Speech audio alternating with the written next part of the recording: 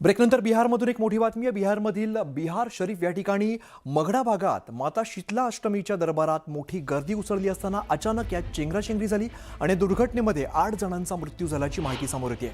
तर 6 पेक्षा अधिक जण यात जखमी झालेले आहेत। जखमींना तातडीने बिहार शरीफ इथल्या मॉडेल रुग्णालयात उपचारासाठी दाखल करण्यात आलंय आणि प्रशासनाकडून या घटनेची चौकशी सुरू असून सध्या परिसरात तणावाचं वातावरण आहे। या चेंगराचेंगरीत 8 भाविकांचा मृत्यू झाल्याची माहिती समोर येते। बिहारच्या शीतला मंदिरात चेंगराचेंगरी झाली आहे।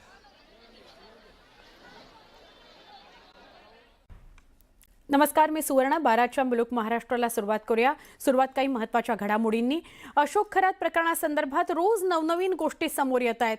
नाशिकमधील काही नामांकित डॉक्टर तपास यंत्रणाच्या रडारवर आलेले आहेत। विश्वसनीय सूत्रांकडून ही माहिती मिळते आहे। महिलांना गर्भधारणा होऊ नये म्हणून डॉक्टरांच्या सल्ल्याने अशोक खरात काही गोळ्या किंवा औषधं त्यांना देत होता का, असा संशय व्यक्त होतोय।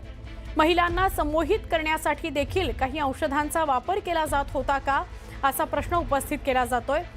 SITच्या तपासात आणखी काही गंभीर बाबी समोर येण्याची शक्यता आहे।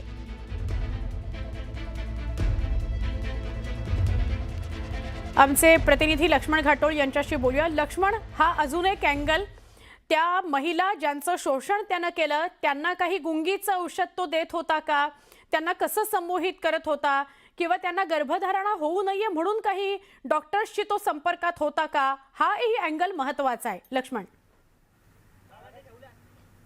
सुवर्णा, यामध्ये अत्यंत महत्त्वाची आणि धक्कादायक माहिती जी आहे ती या SITच्या तपासामध्ये समोर येताना पाहायला मिळते आणि त्या सगळ्याचे पुरावे जे आहेत ते SITच्या ताब्यात आलेले आहे। कदाचित उद्या होणाऱ्या न्यायालयीन सुनावणीमध्ये हे सगळे पुरावे जे आहेत ते हे SITचं पथक उद्या न्यायालयाच्या समोर ठेवू शकतं। त्यामधला एक महत्त्वाचा मुद्दा जो आहे, जो आजच आपण सांगतोय की तो म्हणजे हा जो अशोक खरात होता, हा ज्या महिलांचं लैंगिक शोषण करायचा, त्या महिलांचं लैंगिक शोषण केल्यानंतर त्या महिलांना गर्भधारणा राहू नये म्हणून त्या महिलांना काही गोळ्या औषधं तो द्यायचा, अशा प्रकारची माहिती समोर आलेली आहे। आणि यासाठी त्याला नाशिकमधले काही डॉक्टर मदत करत होते। आणि मग हे डॉक्टर कोण होते, तर त्या डॉक्टरांचा देखील तपास आता SITने सुरू केलेला आहे। जवळपास 4 ते 5 नाशिकमधले नामांकित डॉक्टर आहे जे आता या सगळ्या प्रकरणामध्ये SITच्या रडारवर आलेले आहे, जे भोंदूबाबा अशोक खरात याला मदत करत होते।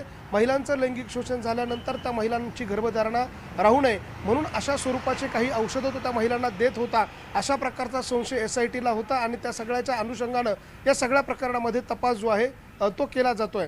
तसं सुवर्ण, आपण म्हणालो की दररोज नवनवीन धागे, नवनवीन प्रकार जे आहे ते या प्रकरणामध्ये उघडकीस येत आहे। मात्र हा त्यातला अत्यंत धक्कादायक प्रकार आहे। आणि यामध्येच आणखी एक महत्त्वाची बाब म्हणजे हा बाबा ज्या वेळेला या महिलांना जवळ करत होता, संमोहित करत होता, त्यावेळेला देखील काही औषधं त्यांना द्यायचा। मग ती औषधं तो काही मेडिकलमधून किंवा काही डॉक्टरांच्या सल्ल्याने देत होता का, याचा देखील तपासामध्ये काही उलगडा होण्याची शक्यता निर्माण झालेली आहे। आणि याबाबतची आणखी धक्कादायक माहिती पुढच्या काळामध्ये हातामध्ये येऊ शकते या सगळ्या प्रकरणामध्ये, ज्यामध्ये डॉक्टरांचा सहभाग जो आहे तो दिसून येऊ शकतो।